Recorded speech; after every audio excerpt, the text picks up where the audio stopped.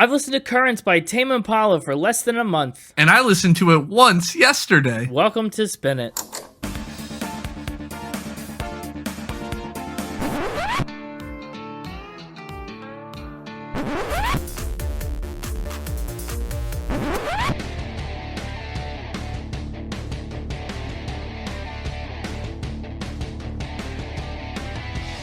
Hello, everybody, and welcome back to Spin It, the record ranking podcast for people who'd rather be listening to music. I'm James, and with me, one wild Impala, it's Connor. What a name. Connor, it's a good one. Yeah, you've had it all your life. It's a good name, right? Yeah. Is there more to that bit? Well, I was just going to start talking about what a wild name Tame Impala is, but you took it towards the bit of being about my name, so I guess the question is there more to that bit? To you. Got it. No, you said it was a good name, and I agree. But you meant Tame Impala is a good name. I said a wild name, but... Wild name. Wild, good. Don't put words in my mouth. Sometimes they're synonymous. What do you like about it? Stop putting words in my mouth. I never said it was good or that I liked it. I just said it was wild. I never said that you liked it either. I just said, what do you like about it? What? You just said, what do you like about it? That doesn't. You can say nothing. Oh, okay, nothing. Oh, well, what's wild about it? I guess the use of Impala. Yeah, it's used as a noun. It's not a word you come across in everyday life. No, not unless you drive one, like a Chevy. Well, that's true. Or live in Africa. You know, that is weird. Why did Chevy name a car after an antelope? Because they're fast and spry, right? Impalas are small and speedy, and they jump around a lot. Are they fast? Yeah. I don't know if I want a car that jumps around a lot. Well, no, but you want a car that's fast and, like, slim and cool. I also don't know if I've ever heard somebody describe an antelope as cool. Dude, Impalas have a run speed of 47 to 56 miles per hour. Dude, I want my car to be able to go faster than that. Yeah, but it's still a fast animal. And they can jump up to 3 times their height. So they escape predators by running really fast and jumping really high. That's awesome. I would imagine the tame ones don't do that. I'd name my car like the Chevy Peregrine. You're just looking up animals now? Well, that's the fastest animal. The Peregrine Falcon can dive at a speed of over 300 kilometers an hour. Well, that's in kilometers. Put it in English. American English. 190 miles per hour. That's really fast. Which is way more in tune with a car. But that's not really its speed. I mean, that's it falling aerodynamically. That's just gravity pulling it. I mean, it's diving. It's going that fast. Yeah, it is, but not of its own. It's not powering itself to be that fast. Yeah, no, it's partially powered by itself. I mean, it's not, otherwise it'd be called falling. Falling is when gravity is the sole contributor. Gravity is the sole contributor to its momentum, just not like its direction and like makes itself aerodynamic. But it's a dive is a controlled fall, so it has some agency over it. Yeah, but not the speed of it. Sure. I mean, it can slow down, but it can't speed up any faster. It can slow down and speed up by changing its body and its movements to be more or less aerodynamic. I mean, it's just like running. And you want to drive a car named after a bird? Yeah, why not? A fast bird. My argument was I don't want one named after an antelope. Because it's not cool and it's not that fast. Falcons are cool and they're fast. I feel like that satisfies both of my criteria that I laid out. Well, you don't think Impalas are cool? I feel like I literally said that nobody's really ever described an antelope as cool. That's not true. Until you did it about 30 seconds ago. Well, they're pretty cool. Impalas were first described to Europeans in 1812. And they're like, look at this dumb thing. Look at this thing. I bet they described it as cool. It was a German zoologist. Oh, a German zoologist? Yeah, he was definitely like, look at this thing. Somebody's going to name a car after this thing someday. Maybe. They have a gestation period of 183 to 213 days. It's a long gestation period. Does Kevin Parker have a gestation period? No. See, that's wild Impalas that have that gestation period. Oh, what is it once you're tame? A tame Impala has a gestation period of 9 months. Because Tame Impala's just a guy. He's just one dude. Oh, okay. Just a guy. He's one cool guy. He's one cool guy. Nobody's ever described a Tame Impala as cool. Until right now. He is just one guy. Have you seen that meme lately? Have you ever seen anyone talk about Tame Impala? I don't know how familiar you are with the band. Nope. But it seems like lately there's been a meme that's gone around where everyone talks about Tame Impala and then someone chimes in and goes, you know, it's just one guy. And it is. There are more touring members, but yeah, practically that one guy who is Tame Impala is Australian singer, songwriter, and producer Kevin Parker. And it is a pretty wild name. Do you know why he named himself Tame Impala? Why? Because that was the vibe he wanted his music to give off. Antelope. I'm getting notes of antelope. Notes of antelope. Just a smidge. Yeah. No, he said Tame Impala was based on the untamed creativity and refined artistry that he wanted to encapsulate in his music. So it's funny that it's untamed creativity, even though it's a tame Impala. But refined artistry, that makes sense. Impalas look pretty cool. They're nature's art. What's interesting, though, is Impalas are native to Africa. 10 African countries. And he's from Australia. He could have been like Tame Dingo or something. I don't know. But what's your familiarity? I mean, you haven't seen the meme about him being one guy. Do you know any Tame Impala songs? Not that I am aware of. Okay. I have some friends who really like Tame Impala. I came into this episode having no clue who Tame Impala was, if it was a band, if it was an artist. Just one guy. What their genre was, if I'd ever even heard of them or heard any music. Yeah. I had no idea. Well, that's what I was kind of hoping would happen, because this is a really interesting album to go into under those pretenses, especially for you. I think there's a lot of stuff in here that could hit you in different ways, and I'm excited. It's the year of discovery. There's a lot to discover on Currents. Well, Kevin Parker, born in Sydney, Australia in 1986, he spent a lot of his childhood in Perth. His dad was actually a hobby musician, and Kevin learned to accompany his dad on guitar when he was a kid. His dad kind of drafted him into the band, the backing band. He said, I learned guitar by playing rhythm guitar to his Shadows leads. He wanted to play Shadows lead riffs because he loves Hank B. Marvin, and he got me to play chords in the background. Like, what a cool feature of being a parent. You've just spawned accompaniment. Do you think you'll make your kids play instruments while you play trumpet riffs over them or something? Bold of you to assume I'll have kids. I mean, that's true. You could start a band, like a marching band. Definitely not out of the realm of possibility. That's what I'm saying. So Kevin's playing for his dad, but also he found music in a lot of other places. Kevin was so musically inclined, he would apparently even sing along to the rhythm of a vacuum cleaner when his mom was cleaning up. She'd be sweeping and he'd be making up a tune to the rhythm. Oh, wow. It's pretty cool. When he was 11, he started playing the drums, and he made music that he called excessively melodic, repetitive, and almost genreless. And what he would do is he would record his drums on a tape, and then he would take that tape and play it back, and then play over the drums with keys, and then play over that tape with bass, and so on and so forth. And so he would record constantly. He would just make these little like tape loops, and it would get really like lo-fi, right? You can record on a tape so many times, but as you do it, it like degrades it. It's really an interesting way to make music. Makes sense. But once he got a taste for it, he was all in. He'd record constantly, like to the point that he neglected schoolwork and everything just so he could spend more time out in the garage or in his bedroom or wherever, like recording and making music. It was like an addiction.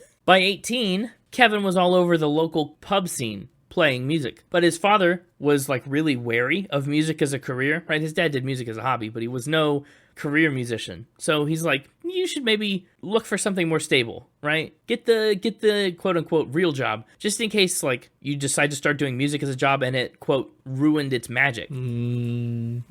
Yeah. So Kevin decided to go to college, and he went for engineering and eventually astronomy. Oh. I know, right? Cool combo of things. He is one of your people, and by that I mean an engineer. He's one of your Impalas. He's one of my Impalas. Oh, he's a pal. Yeah. That's really good. A tame pal. So while he was in school, he was trying to study and do stuff, but he said music was still, quote, a disease. He said I would not be able to listen to a word in lectures because I'd just be thinking about my new song. So he's a very passionate guy, very involved in what he does.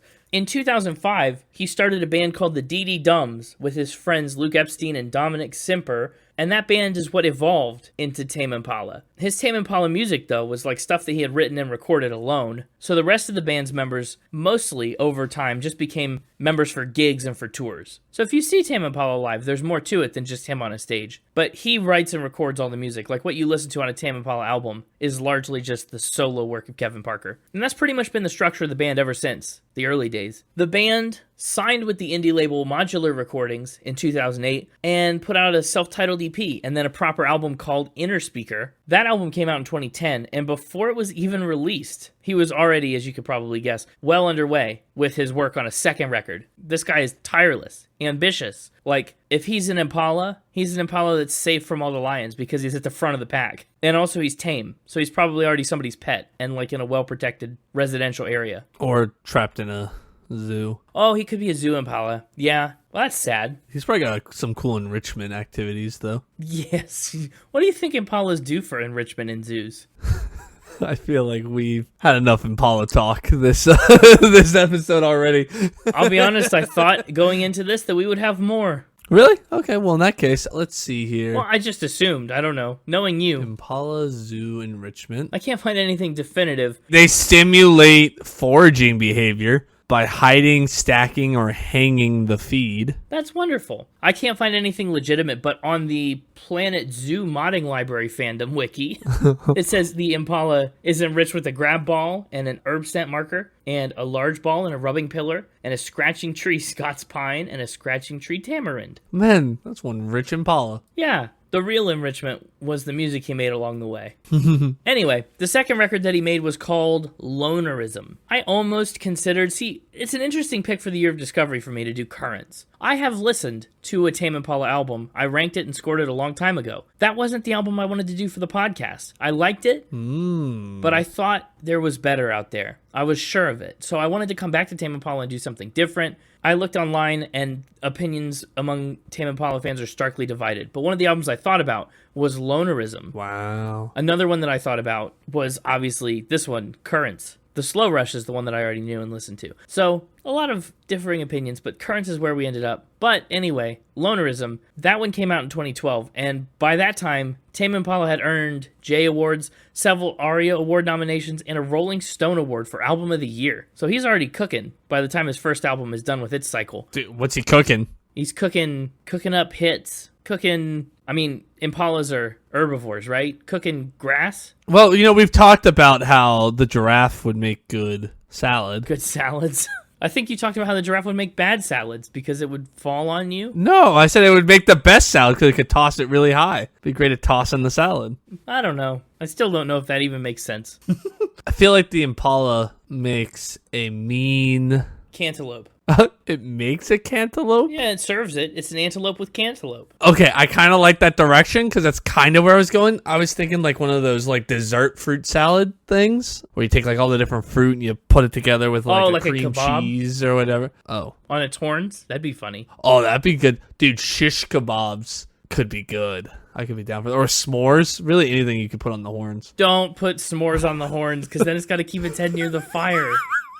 It sacrifices for its art. Probably it doesn't, but a kebab would be fun. I don't know. Sushi, for some reason, also keeps coming to mind for the Impala for no real reason. Well, you don't cook sushi, so he's not cooking sushi. Some sushi you cook. Yeah, I get it. Well, he's making it. Yeah, sure. Tame Impala's making sushi, and he's working hard, right? This guy's tireless, constantly thinking about his music to the point where he's skipping schoolwork. Working hard or hardly working? Well, he's working so hard.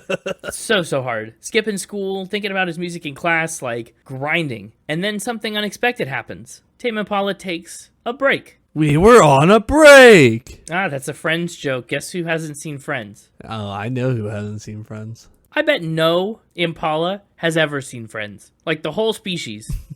Isn't that sad? It's pretty depressing, to be honest with you. Yeah. Not that Friends is like the greatest show of all time. Just the fact that none have seen it. It's a really sad statistic. Yeah, no Impala. Maybe that would be a good enrichment activity. Watching Friends. Yeah, put it on in the zoo for all the Impalas to come watch. Impalas watch Friends. Yeah. Anyway, Tame Impala takes a break. People think that Parker didn't start working on his third studio album, Currents, the one we're talking about today, for almost 2 years after the release of Lonerism in 2014. In 2013, he had said in an interview, "Right now, doing another album doesn't excite me." This is something that he said prior to releasing the album that we're talking about. Doing an album doesn't excite me. There's something narrow-minded about thinking an album is the only way you can put out music, especially in the world we're in at the moment. Anything is possible. There's so many people doing interesting things with the internet and technology. There could be so many ways of making music and listening to it. It's 2013, and you can make music anywhere. There are so many possibilities. My brain is overloading on them all. I just need to wait, think about things a bit more, and then I'll know what to do next. Then, of course, that ended up being another album. Apparently, it eventually excited him. Yeah, he got excited about it again. He had ambitions, but an album turned out to be the way to go. Within a year of that quote, by 2014, his tune would change to saying, "I'm getting more and more sucked into the world of making an album. It's weird how it happens naturally. It almost feels like a seasonal thing. I've started to think about track listings and all the things that come with an album." And that album is Currents. Now again, I'm personally so new to Currents that we're only halfway through the month that it's on the Albums of the Month playlist. Like, I started listening to Currents at the beginning of this month, and we're halfway through it. So that's rare for me. Still pretty new. But I knew I wanted to listen to it, and I knew I wanted it on an episode. As far as genre goes, it's the same sort of like lo-fi, vibey electronica that Tame Impala had become known for, but even more of like an electronic twist than some of his previous work. Is that something you were expecting? I had no expectations. I didn't know anything about him. Reasonable. Well, as he was making the album, he said, if you can believe it, I'm going to try and make it a bit more minimal this time. Only use what's needed, instead of a Supreme Pizza where you just throw everything on. He said that for Currents, he was inspired by the, quote, streamlined sound of Fleetwood Mac. And that's funny, because when I think of this album, or just Tame Impala in general, I don't really think minimalist. Yeah, same. These songs have a lot of moving pieces. It's kind of intricate. Yeah. But that's cool.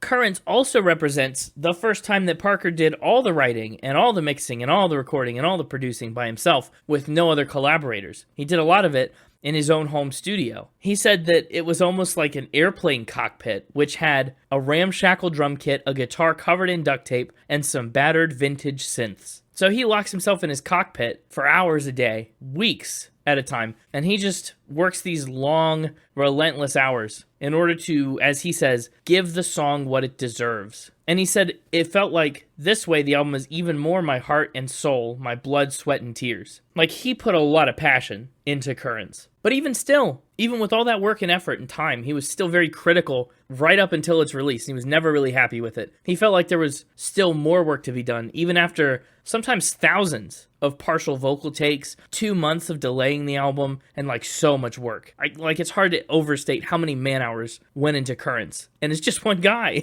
He said, I still think this album is completely unlistenable in the days leading up to its release. Like days away. This album he's worked on for so long is unlistenable to him. They say sometimes songwriters or artists never really finish their work, they just abandon it. And it sounds like that's what he had to do with Currents. Just kind of let it go. Let it flow with the, let the currents flow. Yeah, let the current take it. Lyrically, Currents is a cool album because it centers around these themes of growth and personal transition, as evidenced by songs like Let It Happen, The Moment, Yes, I'm Changing, Past Life, Reality in Motion, New Person, Same Old Mistakes. Like, very heavy-handed in those themes. The title Currents was inspired by an abandoned power station in Parker's hometown where he would go to write a lot of his lyrics. You can find pictures of the old abandoned power station, and it frankly just looks like a building, but it's there. Currents came out on July 17th, 2015, and it debuted at number 1 in his native Australia, number 3 in the UK, number 4 in the US. It earned ARIA Awards for Best Rock Album and Album of the Year. It earned a Grammy nomination for Best Alternative Music Album, and it even made number 382 on Rolling Stone's 2020 edition of the 500 Greatest Albums of All Time list. Top 382, I guess, from Rolling Stone. That's pretty good. 300 Grady. Yeah, 382. Currents actually ended up being Tame Impala's biggest selling album of all time. It sold more than 1.3 million copies around the world fairly quickly. Also, though, I learned that apparently there was some financial complication that caused him to earn no money from any sales outside of Australia for the first several Tame Impala records, which is wild. Like, imagine selling 1.3 million albums around the world and not making money. That'd be rough. But that's Currents. In the time since Currents, Tame Impala's put out one more album, The Slow Rush, which again I've also scored, ranked, and listened to a lot. Parker's also headlined and played festivals like the Citadel Festival in London, Coachella, Desert Days, the Primavera Sound Festival, and more. The Slow Rush came out in 2020. There have been a couple of singles and collaborations since then with bands like Gorillaz, with Jack Antonoff for the Minions sequel movie, which is wild. Tame Impala's also worked with St. Vincent, who we just did an episode on. He's worked with her. He's worked with a lot more. Tame Impala has music in the D&D movie, in the Barbie movie, and, this is big, Kevin Parker co-wrote and produced a lot of the Queen Dua Lipa's third album, Radical Optimism. The Queen! That's right. He has said that a fifth album is long in the works, of course, because look at how this man works. And it's been like 5 years since his last album. He's very excited about a new record, despite it being fairly far from finished, at least as of last year. So that's cool. Might get more Tame Impala soon, on the horizon somewhere. As for awards and accolades, Tame Impala has earned 39 awards on 83 major nominations so far.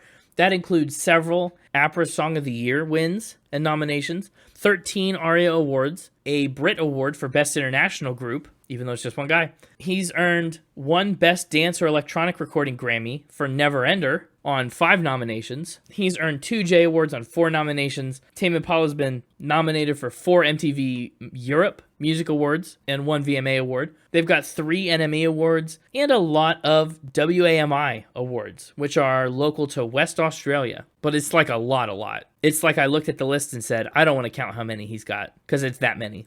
Anyway, that's Tame Impala. As far as I'm telling you, now it's time to learn 4 new things from the most wild Impala I know, the Mixtaper.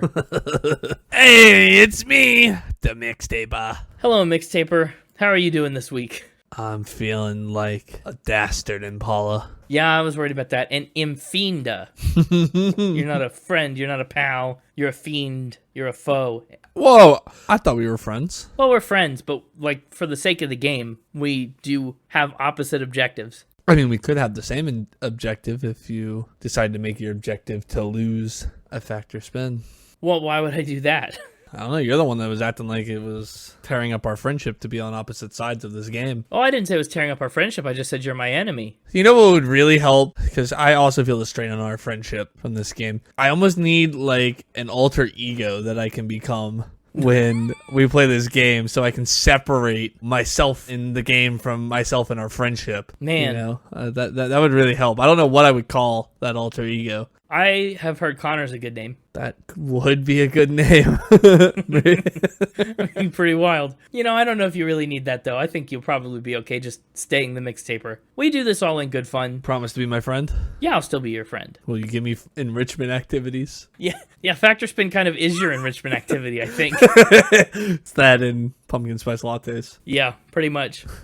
Well, Mixtaper, this is episode 199. The big 200 is up next. It is. It's exciting. We're almost at our bicentennial. Wow. But, like, not really, because that's 200 years, and that'd be way too much time to make a podcast. We'll get there eventually. It's true. It's not inconceivable. I mean, we're still in the running for the first podcast ever to have 200 years. Yeah, don't count us out. Well, you could probably count us out. I don't think we'll make 200 years. At least not in our current format with our current casts. Man, I literally just said don't count us out, and you're immediately counting us out. Well, maybe I'll prove myself wrong. Maybe science will advance far enough that we can live that old and we'll still have some desire to make a podcast when we're in our 220s. Well, my first fact for you. Tame Impala embodies the spirit of the show must go on. Tame Impala embodies the spirit of the show must go on. Yeah. Is this like a series of things that Tame Impala does that really exemplify the ability to continue the show in adverse circumstances? Yeah. It's a series of performances he insisted on not canceling. Okay, like one continued stretch of difficult shows. Yeah. Why were they in danger of being canceled? What happened here? He could not walk unassisted. Whoa. Well, that is a good reason to take a break. What happened to him? He had surgery. Oh, on his legs or somewhere else? Somewhere else. Oh, but like recovery was hard then. Well, yeah. I mean, when you fracture a hip and have to have surgery, you're not allowed to walk on your own. Oh, yeah, that does make sense. Fracture a hip. Is it important how he broke his hip? Like, it could just be a normal story. I don't know if that's part of the fact or what. He fractured his hip during a half marathon. That's why I don't run half marathons. That right there. Yeah, I only do full hip marathons. Oh, yeah, of course. Absolutely. Way safer. Something like that. Well, how many shows is this that he's performing with a broken hip? I mean, he wasn't performing with the broken hip. He got the hip. He had the surgery to fix the broken hip and then just could not walk, but didn't want to cancel the shows. Okay. And so still had the shows. Yeah, but how many shows is he performing without being able to walk? And what does he do to get around that? He performed the full set on crutches, leaning on them between songs, and then having his people help him get on and off the stage and around the stage. Huh. Well, that's interesting. This was also, he broke his hip and then like days later had the performance. So there's a little time in between. Well, I wouldn't call a couple days a little time, but sure. Would you call it a lot of time? No, I would call it basically no time. But like, isn't that kind of a disservice to your fans sometimes? If they paid a lot to get a ticket to come see you, like you want to put on a show they deserve. I mean, think about how many fans want to be able to make a reschedule. That's true. Is some show better than no show? It depends on the situation. Yeah. But usually if places have to reschedule, they'll give like refunds if you can't make it. So it's not like the fans would be out money. Well, they're out the experience. No, but they're out the experience now if he can't perform as he wants. Well, let me put it to you this way. We saw Elton John days after he recovered from COVID. Well, that's a good point. Would you have preferred, his voice is still a little scratchy and rough, right? Would you have preferred he just cancel it because he couldn't give us the full Elton John experience? Or would you have preferred what we got? Yeah, and he didn't really walk anyway. Checkmate. He just sat on his Roomba piano. Yeah, which, honestly, goals. Yeah, to be a Roomba piano sat on by Elton John. Oh, yes, I guess that too. Oh, we have different goals. But is any of this factual? How many shows did you say this was? Well, the main one was the one days after it happened. But, I mean, hip surgery.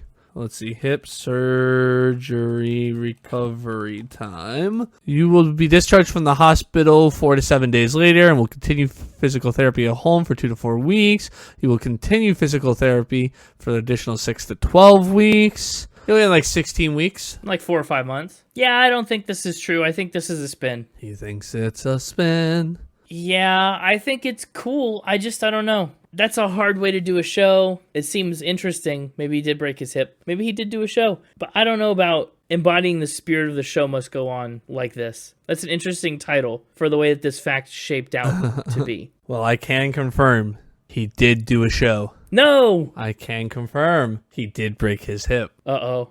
But I also can confirm that he broke his hip and then did a show. This is a true fact. You say it in such a weird way.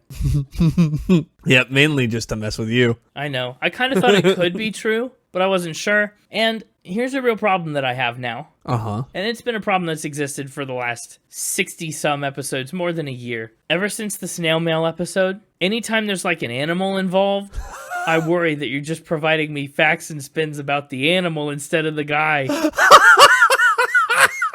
Because snail mail, all the facts were true about snails and not her. And now we've got a wealth. You thought this was like something about...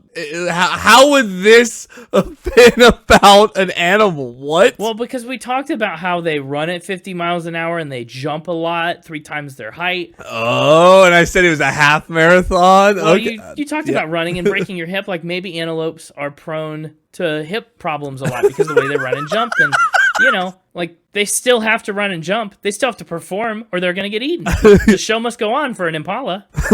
I'm so glad that my mind games from one episode, how many episodes ago? 60-something. Over a year ago, still works to date. Yeah. The show goes on for the mind games. Absolutely. I love it. The show must go on for an impala. And so, too, the show must go on for me. No rest for the spinning. My next fact, Kevin Parker is one hot potato. Hot potato? Couple ways this could go. Okay. I wish the way that it goes is that one time he like dressed up like a potato. And you're just as you saying he looked good doing it. But that's probably not true. So the other thing that happens to hot potatoes is they get like passed around a lot in the game hot potato, right? Uh-huh. You throw the thing, usually not a hot potato, ironically, and then whoever gets stuck with it in the end is the loser. But how is Kevin Parker a hot potato? Are you familiar with the song Hot Potato? Like by the Wiggles? By the Wiggles. Yeah, a little bit. And are you familiar with the song Elephant? By the Wiggles? No, by Tame Impala. No, I'm not familiar with the song Elephant. I'm just taking guesses. Apparently, it's one of his most iconic tracks. Okay. So off of the Lonerism album, let me take you back to 2021. Please, no. So much has happened since then. I can't go back. When a mashup went viral that had the Wiggles performing Tame Impala's Elephant in their own style. Oh, wow. Wiggle style. Yeah, and so in 2022, Kevin Parker joined the Wiggles and they did a performance of Elephant together and then launched into a duet of Hot Potato, complete with the dancing, clapping, and full wiggle choreography. That's awesome. He wiggled. He wiggled. Wuggled? He wugged? Wigged probably is. But wiggled is correct. Wigged, wanged, wugged. Sure. He wiggled with the Wiggles. That's really cool. Yeah. Oh, it's so dangerous because they're both just Australian. I mean, maybe Impalas like to wiggle. Maybe they do. I don't know. But that'd be crazy. That'd be too far. The trick is, I just don't know. I grew up with the Wiggles a little bit. I don't remember watching them a ton. Yeah. But I definitely watched one of their movies. So did Kevin Parker. He said, I grew up on the Wiggles and now I get to jam with them. Life is weird. Life is wiggly. I remember seeing stuff about the Wiggles lately. About the Wiggles lately? Lately, like within the last month or two. And I don't know why. Some of it was like in a meme. I feel like it was the second time that I heard of the Wiggles lately. It was in a meme. But I feel like it's come up. I think this is true. I'm going to say Tame Impala was jamming with the Wiggles. He was one hot potato. One hot potato. I hope they woke up Jeff. I hope other Wiggles inside joke here. Something about fruit salad. Fruit salad, yummy, yummy. Well, I did say, or Connor did say he thought the Impala would make a mean fruit salad. You're right, he did. That's suspicious. That's incredibly suspicious. So you're going with spin. Yeah, I'm going with spin. Or fact, sorry. You're going with fact, right? Oh, yes. Yeah, I'm going with fact. What are you doing? The mind games don't stop, he said. That's not a mind game. That's just you being confused. That's just me being an idiot. Yeah. A moron, a complete fool. Complete. But then you were more of a fool because you said, yeah. Well, I just assumed you had my answer down. I went to That would have been a real dastard of a move because you said, yeah, I'm going with spin. I could have been like, and this is a true fact, and just stole the point. Yeah, you could have, but what I wanted to do. Because this is a true fact. So Good. Congrats. Fact you is, got it. fact is when I locked in, to be clear. Oh, if I had known you were gonna blindly agree with me, I would have been a dastard. I was checking myself. I was in the process of saying, wait a minute. Before you wrecked yourself. Yeah, I could have wrecked myself there. That would have been rough. We were just passing fact and spin back and forth between us like a hot potato. Yeah. Tame Impala's performed with the Wiggles. Yeah, you did. They need to add an Impala to their lineup of giant mascot characters like Dorothy and the octopus and Wags the dog. And what's the octopus name? Henry? For some reason, I think it's Henry. I'm going to look him up. Oh, Henry the octopus. Good work. Here he is with the Wiggles in 1992. Anyway, it's time to ramp things up a little. Uh-oh. I don't know if I can handle ramping things up a little bit. Kevin Parker dreamed in reverb. Dreamed in reverb? Indeed. What does dreamed in reverb mean? It means that he was modulating his inner thoughts with phaser effects. Oh, like he got so into mixing the music and he did so much with effects like that it altered the way that he was thinking in his inner monologue. Yeah. Well, specifically in his dreams. He says his dreams sounded like a slowed down voicemail in a cathedral. That's awful. That's so bad. And only when he was dreaming, not like while he was awake and actively thinking. That's just what he talked about. He said he had to see a hypnotherapist who specialized in aural untangling. AURAL, aural, Right? like aura, but with an L on it. Like from the ears. Yeah, auditory. Yeah, aural untangling and sensory reset. That's cool. Well, how'd it go? Did he get hypnotized? Did it work? Yeah, well, he said 2 sessions later, he woke up from a dream about going to the grocery store and was thrilled to hear no ambient synths or flanger pedals playing behind his thoughts. I mean, when you edit so much music and you mix so much, like surely, I mean, he did it to himself. 2 sessions is all it took? That's what he said. Do you think I could get my dreams to reverberate if I did 2 sessions with a hypnotherapist that did that to me? With an aural untangling and sensory reset hypnotherapist? Maybe. No, I need an aural tangling. Oh, you need one that orally tangs and, and a sensory setter. Yeah, I need a sensory set.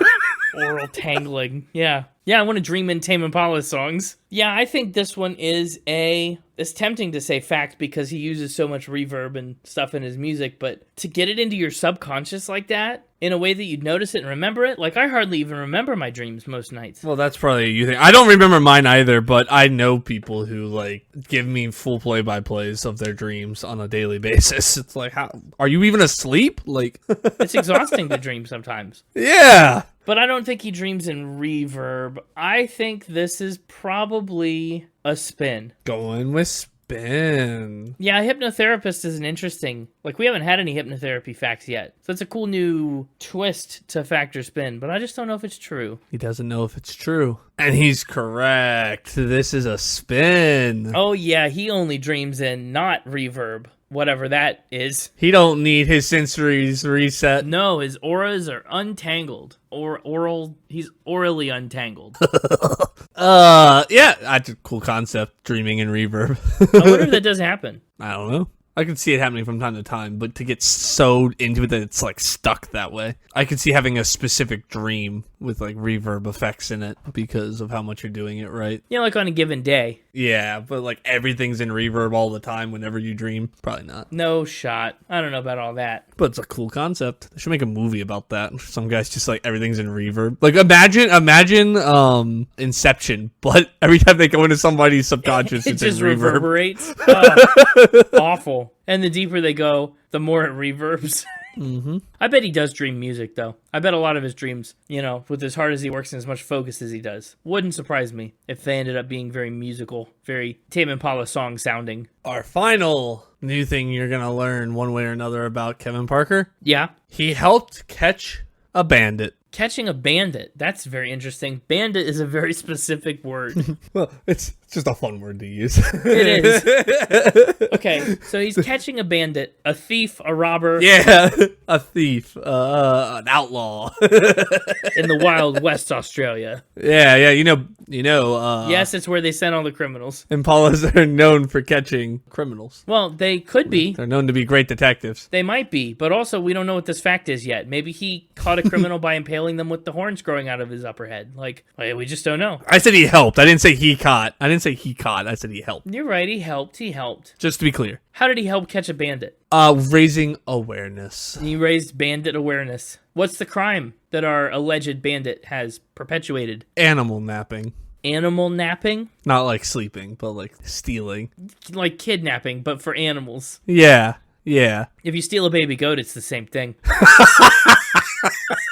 Stupid. Oh, baby antelopes are called calves. Oh. Anyway, kidnapping of an animal. What animal has been napped? Just a bunch of different animals were going missing. Somebody was stealing. A bunch of animals were going missing? Yeah. We're like, well, they were being stolen, right? From it where? wasn't like it was like all dogs from just like the town, like people's dogs and cats and some farm animals and stuff like that were being stolen. Oh, man. It was probably, if I had to guess, peregrine falcon. Those things are fast and cool. They'll snatch your little dogs and cats right up. They should name a car after those things. That's what I'm saying. I've always said that. You can't prove otherwise.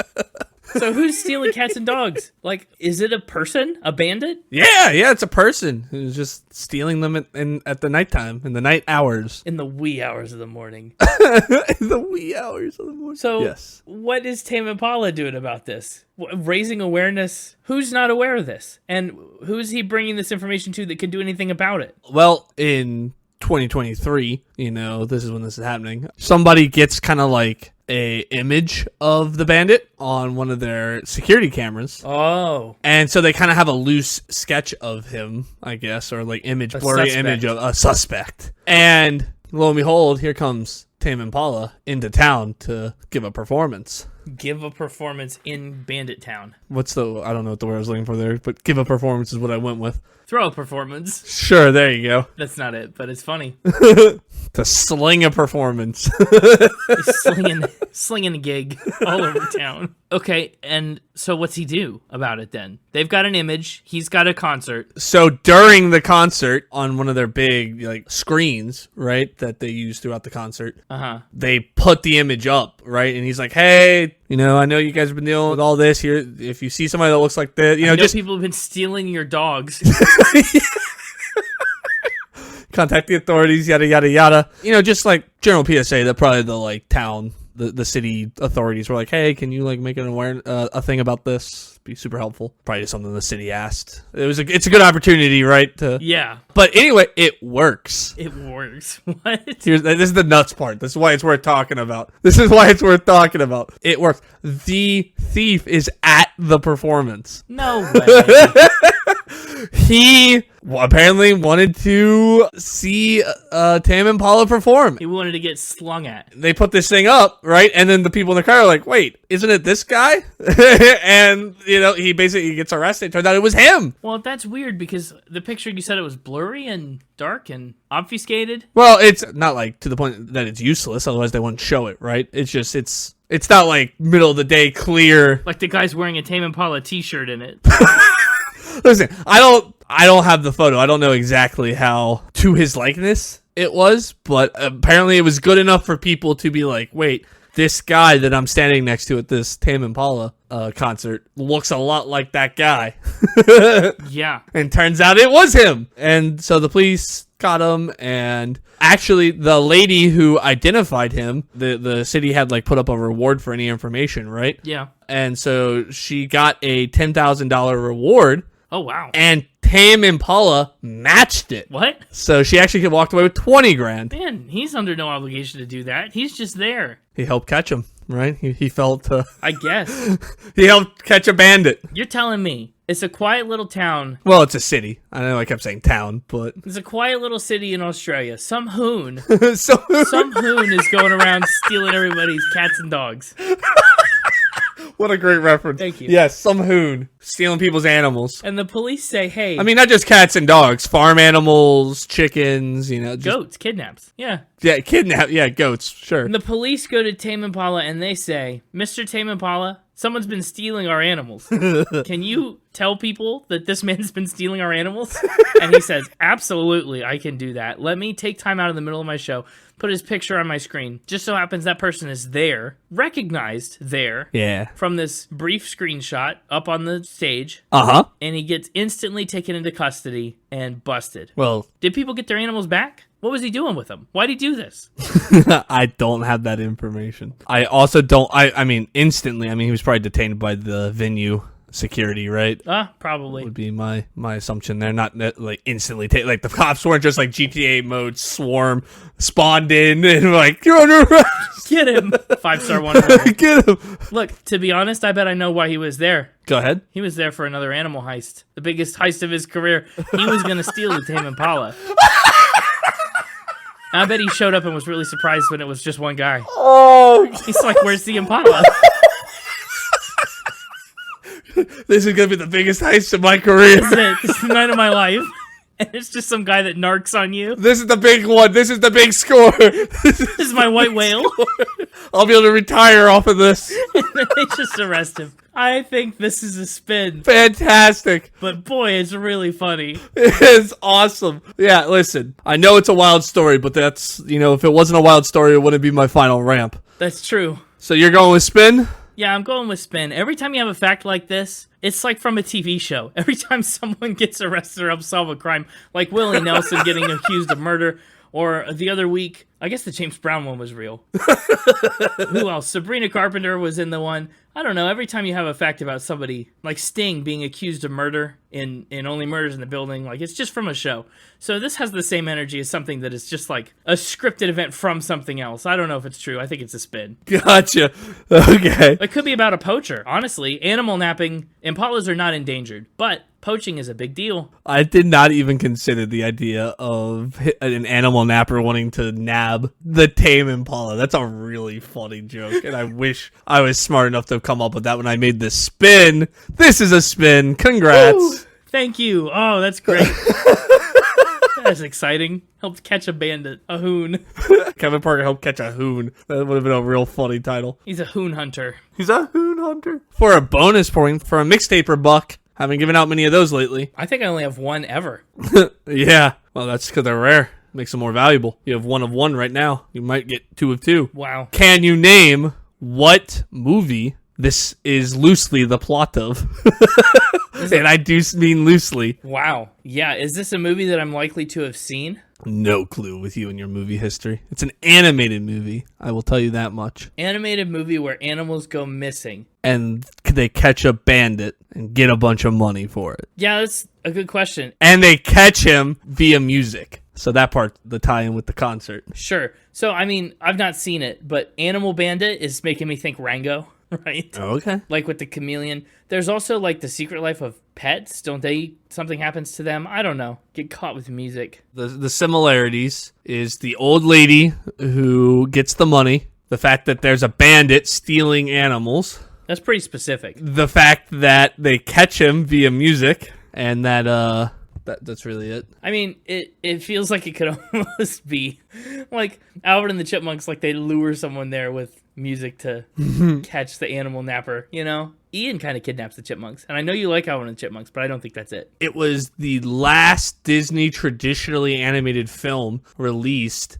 until The Princess and the Frog came out in 2009. Oh, It features original songs written by Alan Menken and Glenn Slater. it's on the tip of my tongue. Judi Dench is in it. Randy Quaid is in it. Steve Buscemi's in it. Came out in 2004. It's a Western musical comedy film. Gosh, what's it like? Home on the Range? I actually don't know it. It's Home on the Range. Home on the Range. Oh, I knew it. Oh, where the deer and the antelope play. The antelope play. Where the deer and the antelope play. Deep cut. Again, though, see what I mean? Every time it's something like this, it is directly lifted from some scripted thing. And you were right at the beginning when you said that I always tie it back to the animal in some way. Yep. Just in a very roundabout way this time. At least you didn't do it for all four. Have you seen Home on the Range? Actually, no. When you said Disney, I was like, oh, probably I've seen this. And then, Roseanne Barr is in it. yeah, I've never seen it. Well, the plot in 1889 amidst the Old West, wanted cattle rustler Alameda Slim steals most of Dixon Ranch's cattle. The ranch owner as show livestock in the state fair. The end. Cool. Yeah, I don't think I have to watch it anymore. Yeah, you're welcome. No, nobody does. I remember really liking that movie as a kid. Yeah, I'm sure. It sounds like it's a good one from what I've heard. Well, Mixtaper, thanks for a good week of Impala facts. I got one more for you. Oh, yeah? What you got? Is it like a real fact, or are you just telling me a random thing? Did you know that male impalas produce a special scent from a gland on their forehead that advertises their status to rivals? Oh, cool. I produce a specific scent on my forehead, too. Yeah, It's pumpernickel scented. of course. No surprises there. Mixtaper, we'll see you next week for the 200th episode. 200, the big 200, the two O's. Oh, yeah, that's true. That's what it is. Hope you can make it. But in order to get to there, I must first leave you with a yeah. No, that's true. That is how it works. Welcome back, Connor. I know you've been here the whole time, but I'm just welcoming you back. No, that time I left. Well, okay. I can't win. Unless it's at Factor Spin, apparently. Woo! Woo! Another win for the hosts. That's right. I am undefeated since episode 193. Really? I lost that one, but since then, undefeated. All ties or wins? Uh-huh. Nice. Hopefully we continue that streak into 200. That'd be exciting, but I am afraid of that one for various reasons. I think episode 200 might be haunted again. We'll see. Well, let's talk about this album cover. It's cool, right? It is cool. Do you know what this is, Mr. Engineer? How dare you insinuate I wouldn't know what this is? Oh, well, I didn't insinuate it. I just asked if you did. Which implies that there's a chance I might not. Well, there's a chance you might not. I don't know if you do. It's not implying anything. I'm curious. Yeah, of course I know what this is. Okay, what is it? Oh, you want me to explain it? Yeah. Well, it's all about like the concept of how like flow of like waves and things go when they're in motion or interrupted by something. A good example of like a graph like this would be like airflow on like an airplane wing, how the different laminar streams of the air would bend and curve around the surface of the wing, giving you your lift or your drag or your different things like that. Your turbulence is it all an effect of this? Yeah. Pretty much any fluid would flow similarly, just at different speeds and stuff based on their viscosity and other properties. That's right. In this case, it's some sort of purple fluid interrupted by a silver ball. A marble of sorts. Yeah. It's called vortex shedding. It's how, particles flow. Sure, that sounds like the word that I couldn't remember from my engineering classes. Yeah, vortex shedding. Because, the fluid hits that ball and then it goes wiggle, wiggle, wiggle. To put it in non-engineer terms. I mean, maybe that's why he worked with the Wiggles so well. Yeah, hot potato. He vortex shedded with the Wiggles. This art was created by artist Robert Beatty, and he said that the album cover and Parker's visions for it were all based on turbulent flow, the way liquid or air flows around objects. And that's exactly what you said, and it's exactly correct. Very astute analysis of this album cover. I just think it's neat, and I think, honestly, it's the best Tame Impala album cover so far. One of the people I know that likes Tame Impala has a big poster-sized print of this. Well, let's talk about this album. That Impala is not getting any tamer. I mean, it might. Proper enrichment activities. Well, we don't want to get boring. It can be tame. It doesn't need to be boring. Yeah. Bored Impala sounds like a bad band. And boy, is the start of this album not boring. No, it starts with Let It Happen, the lead single, and boy, is it a long one. Yeah. How does it strike you to open with a 7-minute, 45-second track? I was skeptical. Yeah, I wonder if it maintained your skepticism or overcame it. It overcame it, in my opinion. Really? Yeah, there's a lot of movement to Let It Happen. It's got a lot of stuff happening in it. It does. It doesn't get boring because there's always something new to listen to. Yeah. To pick up on. Definitely. Well, Let It Happen charted at number 28 in the U.S. Adult Alternative Singles Chart. It also charted in Belgium, France, and Australia. And it was the APRA Award winner for Song of the Year in 2016. So that's cool. Kevin Parker wrote and recorded Let It Happen from all over the world, literally. He said, I think most of that song was put together at different times, when I was on tour, actually, which makes sense then why there's so many moving parts in different sections. He said I was walking to my hotel room in Oklahoma, and then the chorus I was at a festival in Hungary or Turkey. Then the midsection, the jam bit, I was on a train. That's a bit looping and a weird repetitive thing going on. I had my laptop on a train in France going to Toulouse. I think with that song, one thing led to another. I was just jamming by myself in the way that I do, and I put it on a loop to see what sounds cool, and I just see where it takes me. So that around the world nature is pretty evident in Let It Happen. It's pretty chill music, honestly. Most of it is pretty easy to just put on and exist during. I think that's a nice quality. It's a feature of it rather than a... It is, yeah, it's a nice feature. Because I didn't, when I first listened to Tame Impala and the Slow Rush, I had it on repeat for the Albums of the Month list. I was trying to listen to it actively, and it was like, okay, but I was like, I'm just not getting why people are so into this band. And then I went to visit my friend who likes Tame Impala a lot, and we just played a golf video game while this was playing in the background, and I was blown away. I was like, this is so chill. This is exactly what it is. This is the vibes. It's vibe music. Yeah, I love me some good vibe music. Absolutely. This is the kind of music I would put on while I'm just doing stuff around my apartment. Right. And it's nice that it does have good lyrics to it and a message to it, in spite of being mostly meant for the vibe. It's not vibey at the expense of content. In fact, the song is about, as he says, finding yourself always in this world of chaos and all this stuff going on around you, and always shutting it out because you don't want to be a part of it. But at some point you realize it takes more energy to shut it out than it does to let it happen and to be a part of it. So it's kind of a song about going with the flow. Life is hard and wild, but let it happen. Let it happen. Let it happen. There's also this section in the middle that skips like a CD. Did that mess with you at all? It didn't at first because I was just vibing to it and I was like, wait. Whoa. But then the synth comes back in with the boom, boom, boom, boom, boom. Yeah, you had to look and make sure the Spotify track time was still increasing. Yeah. Yeah, there's also a section where he sings gibberish into a vocoder. That section actually was supposed to have lyrics, but he ditched them for what he calls the speaking in tongues section of the song. So it's cool. I think overall, really interesting song. Doesn't get too old, even though it's long. I think it's a great opener to this album. It really gives you a sense of what Tame Impala is capable of as an artist. And thankfully, not all the songs on this album are 8 minutes long. Yeah. When you see one song that's 8 minutes, and when it's electronic music like this, sometimes I think there's a fear that they'll all be like this. Uh-oh.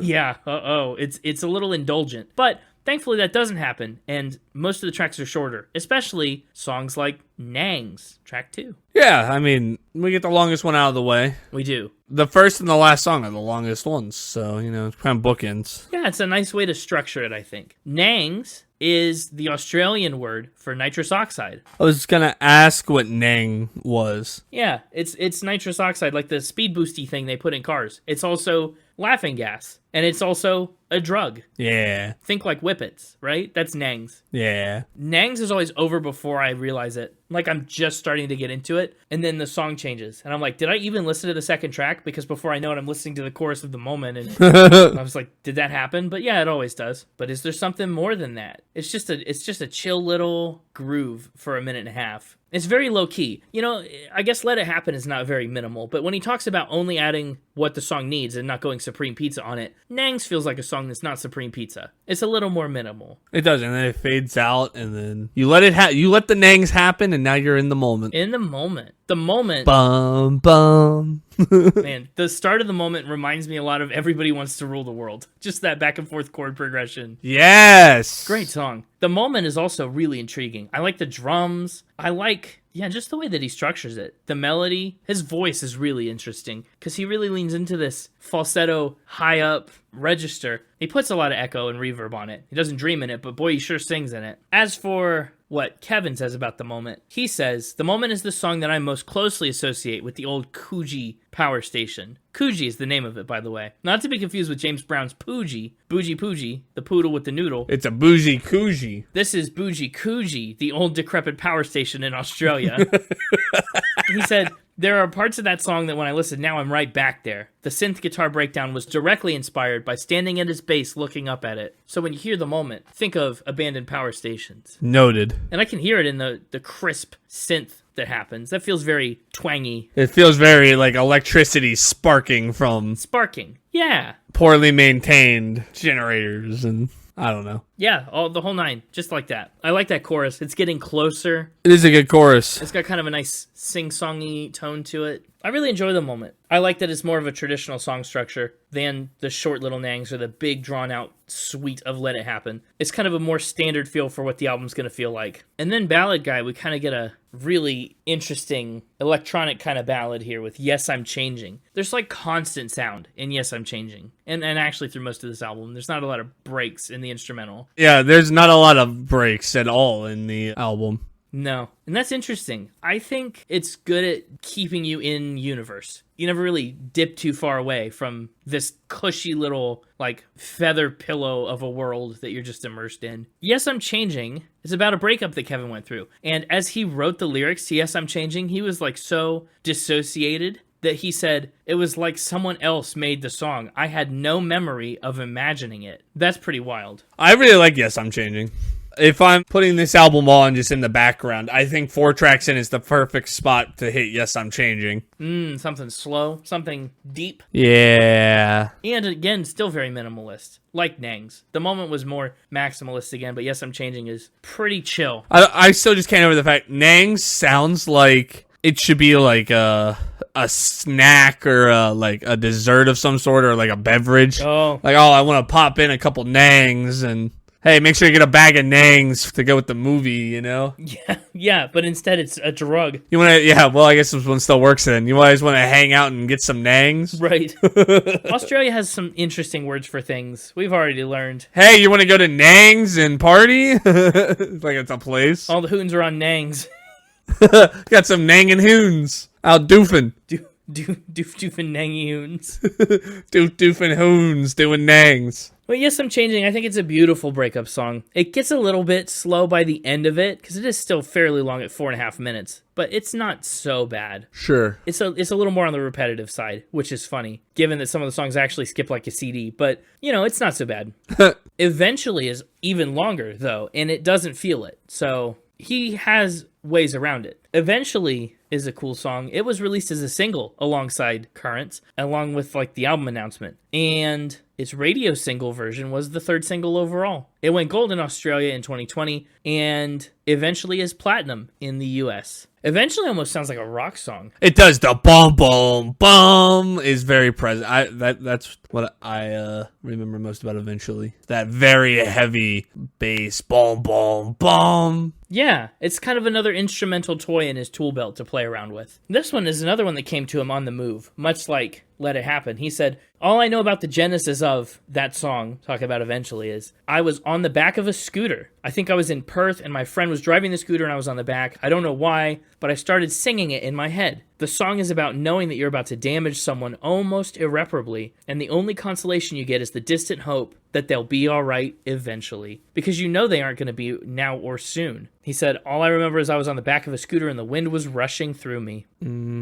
What a wild concept. I know that I'll be happier and I hope you will too. Like that eventually, like that's just such a good sentiment. Yeah. I'm sorry that I'm going to hurt you like this. I'm sorry this is going to happen. But eventually we'll get over it and we'll grow and we'll be okay because that's what happens. Time marches on and people change. Kevin said, it's still very moving for me to listen, even after 951,520,974 listens and mixes. Obviously being hyperbolic, obviously exaggerating the truth a little bit, but great quote. Up next, an ironic song. Is it more or less ironic than Alanis Morissette? More ironic, because the song is called Gossip, which is all talk. And the song is a 55-second instrumental, which is no talk. Woo! Those instruments be gossiping. They do have a lot to say. Oh, man. It's a really cool song. It just really captivates you. And it's cool like how much Tame Impala gets into his recording process. He said at some point, life outside the studio fades into the distance. That's how I know that I'm into it. And I guess that's what happened with Gossip. He just got in the zone and let it ride. Let it happen, if you will. I like how it ends, though, where the kind of cuts out for a second and you get one last da-na-na. Yeah, it's a fine instrumental. It's a good ending. It builds a little bit, and then it fades out a little bit. And that's fine. Yeah. But then you hit the mega track. The mega track, absolutely. One of the biggest ones here.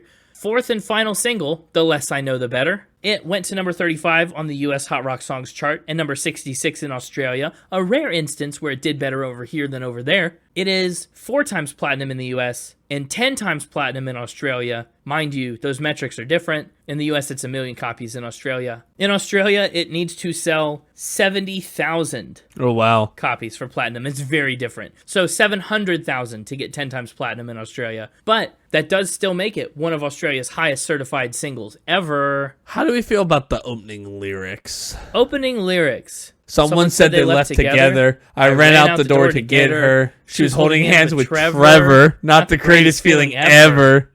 Pulling yourself together. Using together again. You shouldn't try your luck with Heather. Then I heard they slept together. Oh, it's another together. Another together. Look, I'm not here to... The lyrics on this one are okay. They're fine. The less I know, the better. This song is not the best lyrically at all. The less I know these lyrics, the better. The better. The one that really got me, and the only because I also was just kind of been grooving with this album, right? Absolutely. But what really got me was when I heard she was holding hands with Trevor. I was like, "Excuse me, like Trevor, who's he?" We're rhyming together with Trevor. All right." And then Heather. We found all the other names. Yeah, it's fine lyrically, but musically, it's incredible. The song's very disco inspired. Know me, I love a good disco. Oh, you'd love this song. Kevin says, this song originally I thought shouldn't be on a Tame Impala album because it has this dorky white disco funk. And if that's not you, nothing is. I mean, that's how I describe Australia. Dorky white disco funk? Yeah. Oh, fair. He said, I wouldn't call it cheesy, but it's not trying to be cool because the lyrics are pretty dorky and the groove is pretty dorky. But at the same time, for me, I love that kind of music. He said, I don't know why, but I've been obsessed with disco for the last year or two. He also said, I just remember sitting alone in my home studio, a little studio because I was between houses, and making a demo of the song in about half an hour. I had the chords and the melody, and I was just thinking, I need a gnarly bass riff. The way that I know I've done a new riff that's cool is if my hands don't want to do it. If you let your hands do the thinking, it'll just be the same old stuff. But that bass riff, it's actually a guitar with an octave pedal. But that very take is the one that's used in the whole song. Just his initial demo kind of bass riff is what he stretched in the whole song. Now that's not so for everything. The vocals on this song, well, it's presumed. Either this song or Cause I'm a Man. He did more than 1,000 vocal takes or partial vocal takes for one of those two songs. More than 1,000. Quadruple digits. And he literally doesn't remember which one, which is wild. Can you imagine sitting down and singing a song 1,000 times? Any song. I bet there's no song you've even heard 1,000 times in your life. I mean, I listened to Miley Cyrus's album on repeat a lot. A lot. That's true. Maybe not many songs that you've heard 1,000 times in your life. So I know I was tearing the lyrics to shreds, but I do want to highlight one I like. Okay. I do like at the end the "Come on, Superman, say your stupid line." Yeah. Does Superman have a stupid line? Does he have something he always says, like a catchphrase? I feel like he doesn't. Well, I kind of assumed it was up and away. Up and away is pretty Superman-y. And it is pretty stupid. Or, oh no, kryptonite. Ouch. Again. Not again. Yeah, that's a bad one. But it's fine. Oh, here, 75 best Superman quotes of all time. No, we don't need to go into all that. It's all his stupid lines. Number 1, if you knew how you are loved, not one of you would raise a hand in rage again. That's literally not even, that's just a random quote from the movie or something. That's not a... from the comics, please. Okay, from the comics. It says 75 best Superman quotes, not catchphrases. Not catchphrases. Well, that's fine. I don't think that's even the best one, but let's carry on. Taking lives is something I definitely find offensive. Speaking of lives, how about Past Life? It's another very chill song that I like a lot. A lot of ambient stuff going on here. I think Past Life is another really vibey song. We kind of get back into the slower groove of things with Past Life. But it starts with this weird spoken part about picking up a suit from the dry cleaners. It's fine, but it kind of triggers us into the song. He looks in the rearview mirror, sees someone that he knew in a past life, and so it kind of kicks us off. It's a weird little intro, but once we get past it, the rest of the song I think is really solid and strong. What do you think about Past Life and its weird intro? It's here. It's whatever. I'm not a big fan of the Deep, dark, like modulated voice. Really? Then why are you talking in it right now? What? Why are you talking in it right now if you don't like it so much? I'm not talking in it. Yes, you are. I'm talking in a high-pitched voice. No, everyone can hear that it's modulated down. I do like when the modulated down voice goes, "It consumes me." That made me laugh. Yeah, ridiculous. Man, Past Life's fine. It's fine. I don't love it. I don't hate it. It's strong. Up next is another shorter track. One of the shortest on the album. Bottom 3, I think. Disciples. I'm still unsure if I like Disciples. Really? Why? It's very bright and sunshiny. No, that was just a reference to the start of the song. Oh, got it. Because he was still unsure. That is something he's used to. I get it now. Disciples was the third promo single, and honestly, it's got a cool story about how it came out. He revealed it during an Ask Me Anything on Reddit. He did an AMA, and he said that he was waiting on someone to ask him to put out a new song. And so someone asked him to put out a new song on Reddit, and he's like, done. And he went, bam! And he's like, put a link in there. It's a very clever way to release a song. Asked and answered. Absolutely. And Disciples is a good single to put out. It sounds great. It's peppy. It's bright. It's fun. It's short. It's like a taste of what Currents is going to be. So it's a very cool, like, promo single. But we're getting to the home stretch here. What did you think of 'Cause I'm a Man? It was the second single. Went to number 80 in Australia. Yeah, I like 'Cause I'm a Man. I did too. Didn't make my top 3, but I like it. Okay. That's solid. Kevin said of the title, people kind of like thought it was maybe a sexist thing. Oh. But that's because media literacy is at an all-time low. And he said it's really meant to be interpreted more like I'm a man, as in I'm human. I'm merely a man. He said, I understand how it could be perceived as sexist, almost misogynistic, but put it this way. I know deep in my heart I am not in any way sexist, and I knew there would be people who would think that. There was a small part of me that was excited about ruffling some feathers because I never do that, you know?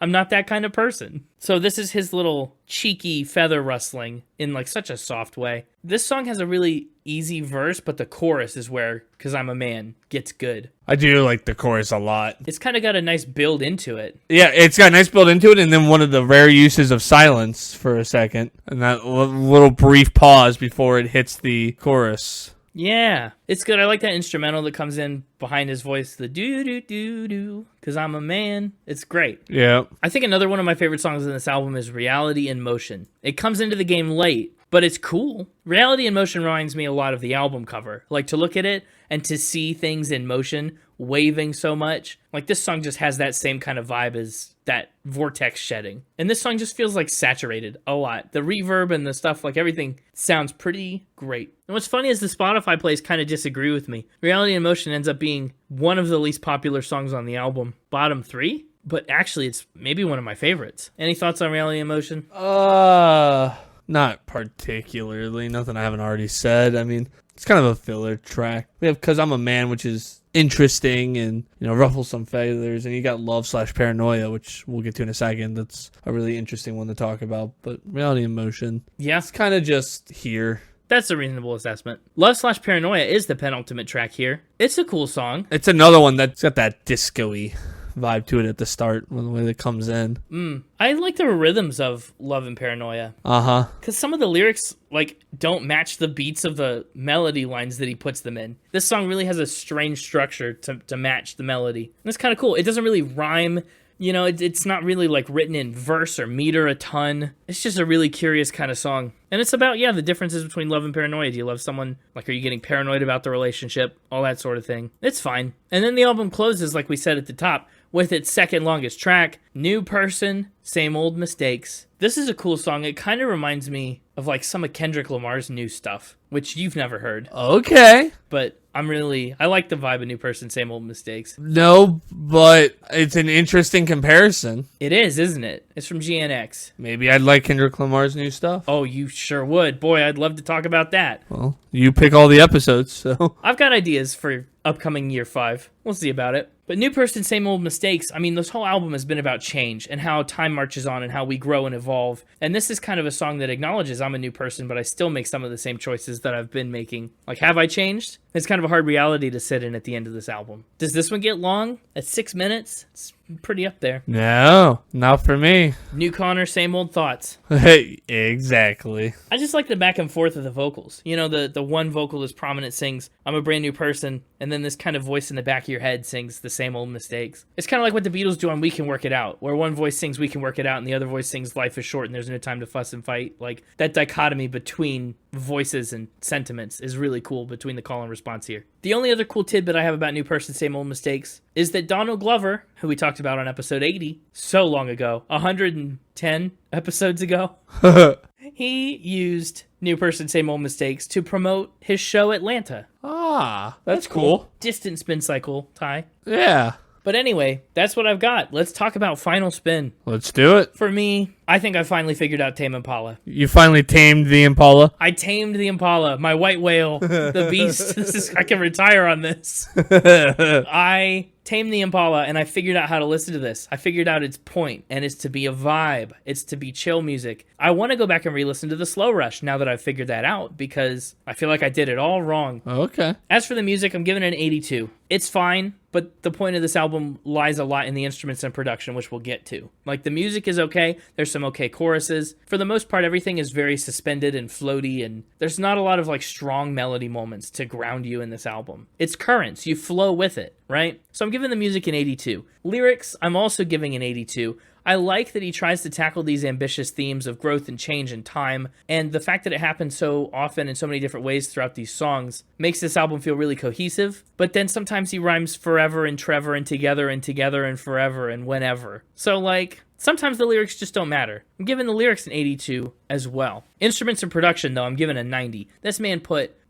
thousands of takes into individual tracks. He's done a ton of work on this album, and it shows, for sure. I think it's a really well-made album, and he's just one guy. Tame Impala is just one guy. What a job he's done. I'm giving the vibe an 87. I think this is a really cool album. I think it's not for everybody. I don't think everybody's gonna like Tame Impala, but I do think he makes pretty inoffensive music. Yeah. I don't think anybody's really gonna, like, hate Tame Impala. Yeah, people, it's not really my thing, but nobody's gonna be like, this sucks. Right. Yeah. So it's a cool album, and it's a neat branch of a genre that we don't talk about often on the podcast as of yet. Sure. So 87 on the vibe. That gives this album an overall score of 84.8, putting Currents at number 380, above the Carter 3 and Lil Wayne, and below Brooks and Dunn, Brand New Man. Huh. The Slow Rush ended up at number 579 on my ranking list. It's way lower than Currents. So I think I made a good choice in choosing to move to this album. Although, again, I think it could use some revisiting. Fair enough. But how about you? For me, let's just jump right into my top three, shall we? Top 3. Yes, let's hit it. I think my top three will tell you what I liked about this album. It's